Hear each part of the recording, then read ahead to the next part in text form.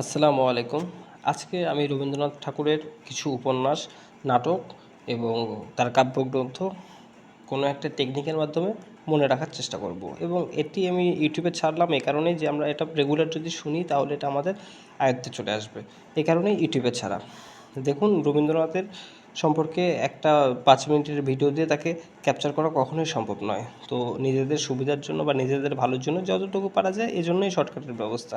যাই হোক, আমি শর্টকাটটি শুরু করি। রবীন্দ্রনাথের উপন্যাস। তো রবীন্দ্রনাথের উপন্যাসের জিনিসগুলো মনে রাখতে গেলে প্রথমত যে জিনিসটা জানতে হবে, আমরা একটা গল্প জানতে হবে। গল্পটা কি? গল্পটা হচ্ছে 3জন মানুষ, একজনের নাম রাজর্ষি, একজনের নাম গোরা আর একজনের নাম চোখের বালি।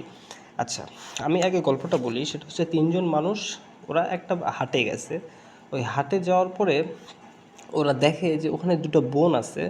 দুই বোনের ভিতরে একজনের নাম মালঞ্চ।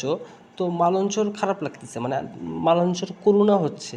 তো মালঞ্চ এই করুণা করার কারণে মালঞ্চর করুণা দেখে এরা মালঞ্চকে হেল্প করতে চায় এবং হেল্প করার জন্য ওরা নৌকাডুবির মাঝি চতুরঙ্গের সাথে যোগাযোগ করে।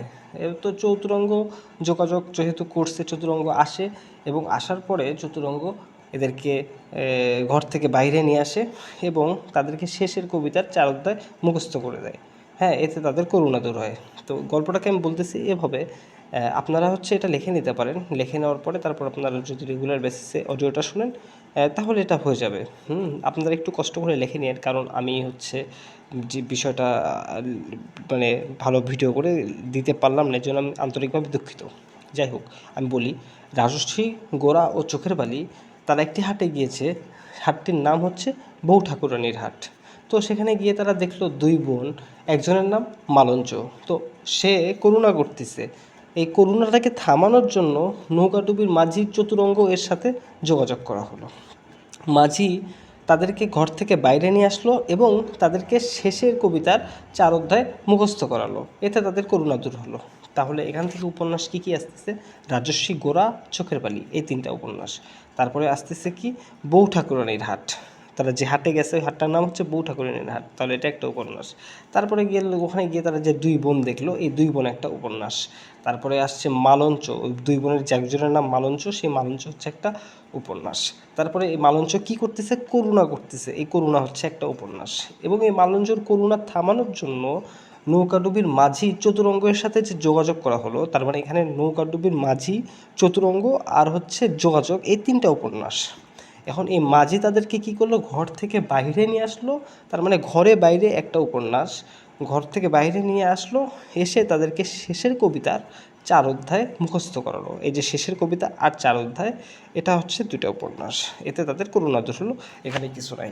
তাহলে আমি দেখেন, আপনারা তো গল্পের প্রবাহটা মনে রাখবেন, কিন্তু উপন্যাসের নামগুলো বলার সময় গল্প বলার দরকার নেই। তাহলে আমি এখন জাস্ট উপন্যাস, মানে আমার এই শর্টকাটটা না বলে আমি জাস্ট উপন্যাসগুলো বলার চেষ্টা করি, কেমন?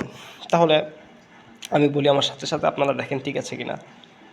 রাজর্ষি, গোরা, চোখের বালি, বউ ঠাকুরানীর হাট, দুই বোন, মালঞ্চ, করুণা, যোগাযোগ, করুণার পরে যেহেতু করুণা, তারা কী করবে? এরা করুণার জন্য যোগাযোগ করবে কার সাথে? নৌকাডুবির মাঝি আর একটা চতুরঙ্গ। তার মানে বললেই হচ্ছে, যোগাযোগ বলছি, সমস্যা নেই। ঘরে বাইরে শেষের কবিতা 4 লাইন। তাহলে এই যে টোটাল আমরা 12টা উপন্যাসটি মনে রাখতে পারলাম, এটা কি কম? এখন এই উপন্যাসের কাহিনিগুলো আপনি ধীরে ধীরে জানেন, তারপর তো জিনিসটা অটোমেটিক গেঁথে যাবে। কিন্তু এছাড়া উপন্যাস মনে রাখাটা একটু কষ্ট আর কি, কারণ শুধু তো আর বাংলা নেই, আপনি পড়ে নেই। আর জ্ঞান তো জ্ঞান জানা সহজ, কিন্তু এটাকে একদম ভেতরে আত্মস্থ করা, এটা কিন্তু অনেক কঠিন একটা কাজ। যাই হোক, যদি ভালো লাগে দোয়া করবেন আমার জন্য। আসসালামু আলাইকুম।